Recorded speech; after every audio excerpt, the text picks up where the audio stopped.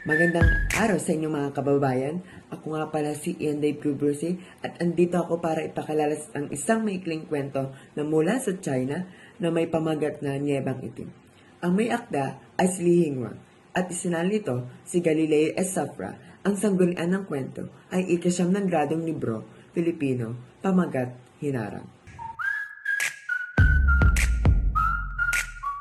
Buod ng Niyebeng Itim.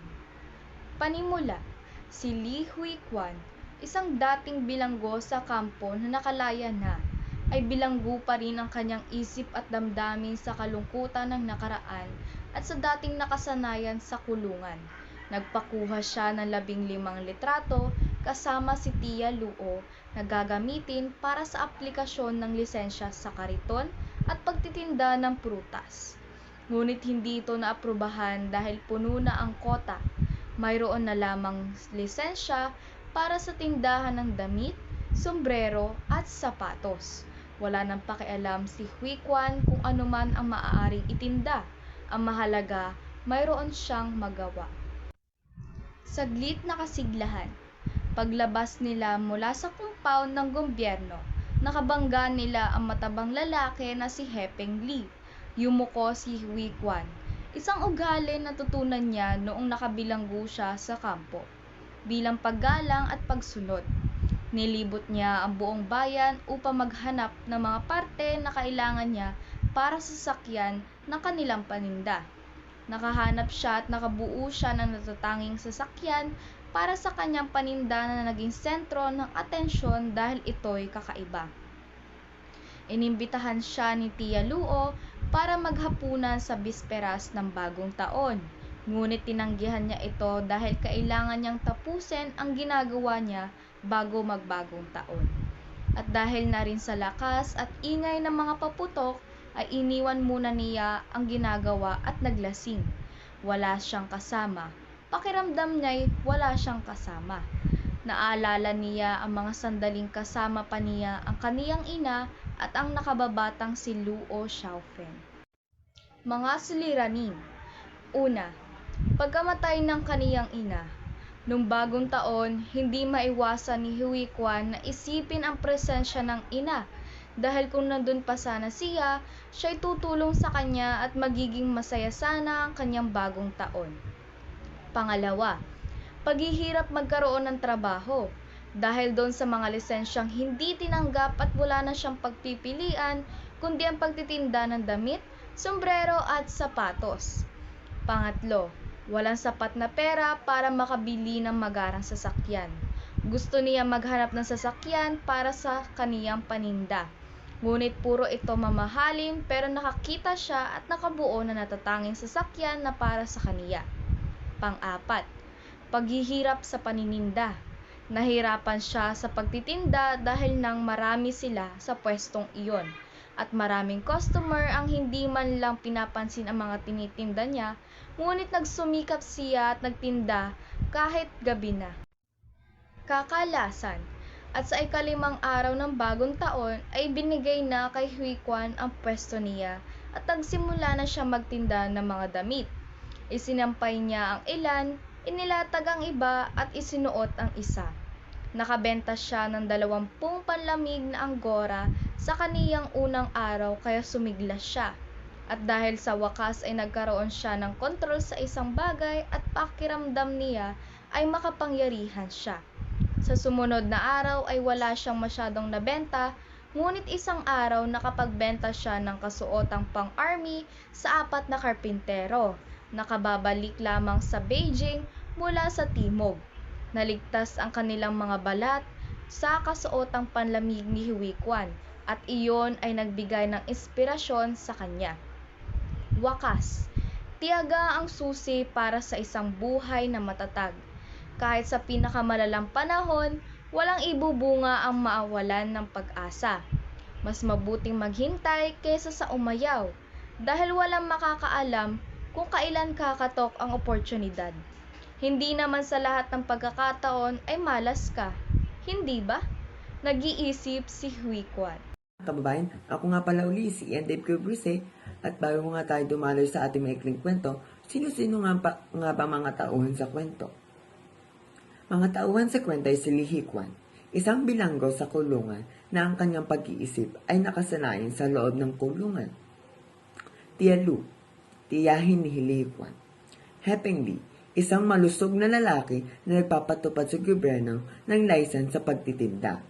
At last, si Lau Xiaofen, kababata ni Hikwan na sabay nag-aral sila sa elementarya hanggang sa gitnang paaralan. Ako si Nilsian Cosme. Mga tayutay sa maikling kwentong pinamagatang Nyebeng Itim. Simili. Una, tila ito isang lalaking tumitingin ng kung anong paninda. Pangalawa, kung buhay si ina, panahon iyon ng pagbabalot ng dumpling. Iyong mga maliliit na parang pagkain pumuputok sa bibig na parang candy. Pangatlo, ang bakura na may mahigit sa 7 o 8 talampakan ang luwang ay tulad ng balon sa ilalim ng kumikinang na bughaw na langit. Ang mga pahayag na ito ay pasok sa simili sapagkat gumagamit ito ng mga pariralang tulad ng parang, tila, sa paghahambing ng dalawang bagay, tao at iba pa. Metapora. Una, tiyaga ang susi para sa isang buhay na matatag. Pangalawa, pakiramdam ni Huy Quan ay isa siyang basurahan o isang basahan na nais magtago sa isang butas. Ang mga pahayag na ito ay pasok sa metapora sapagkat nakukumpara niya ang dalawang bagay, tao o iba pa nang hindi gumagamit ng mga parirala. Personifikasyon. Una, 15 litrato ang hawak niya. Lahat ay nakatitig sa kanya ng may pare-parehong itsura. Pangalawa, dahil walang nakakaalam kung kailan kakatok ang oportunidad. Pangatlo, ang tanging nagmamasid sa kanya ay ang langit sa itaas at ang lupa sa ibaba. Ang mga pahayag na ito ay pumapasok sa personifikasyon sapagkat nabibigyan nito ng buhay ang mga bagay na walang buhay sa pamamagitan ng paglalapat natin ng pandiwa dito. Synecdoche. Una, para mapigilan ang sarili na suntukin ang pangangyon. Pangalawa, nakalambitin sa kanyang bibig ang isang pirasong manok. Ang mga pahayag na ito ay pumapasok sa synecdoche sapagkat iisang bahagi lamang ng isang bagay ang nasabi o iisang parte lamang ng isang katawan ang nasabi tulad na lamang ng panga at bibig. Paglilipat wika, makulay ang langit. Ang pahayag na ito ay pumapasok sa paglilipat wika sapagkat nabibigyan nito ng buhay ang mga bagay na walang buhay sa paglalapat natin ng pang-uri. Hyperbole. Una, sasabog na ang mundo. Pangalawa, 76 ang nakain niya sa isang upuan. Pangatlo, hanggang sa mabusog siya ng sobra't hindi na siya halos makaupo ay ginugol niya ang buong hapon sa paglalakad sa laruan. Ang mga pahayag na ito ay pumapasok sa hyperbole sapagkat ito ay ang mga bagay na hindi na mangyayari or malabong mangyari sa isang araw at kahit kailan. Ako po si Niña Audrey Guerrero at ako po ang magpapaliwanag ng kalahati ng teorya at ng simbolismo ng kwentong Nyebeng Itim. Una ay realismo dahil ang mga karanasan at pangyayari na ito ay nangyayari sa totoong buhay. Idealismo dahil pinairal niya ang kanyang isip noong ginawa niya ang kanyang kariton kaysa magdiwang ng bagong taon. Pangatlo ay humanismo dahil ang bida sa kwento ay tao.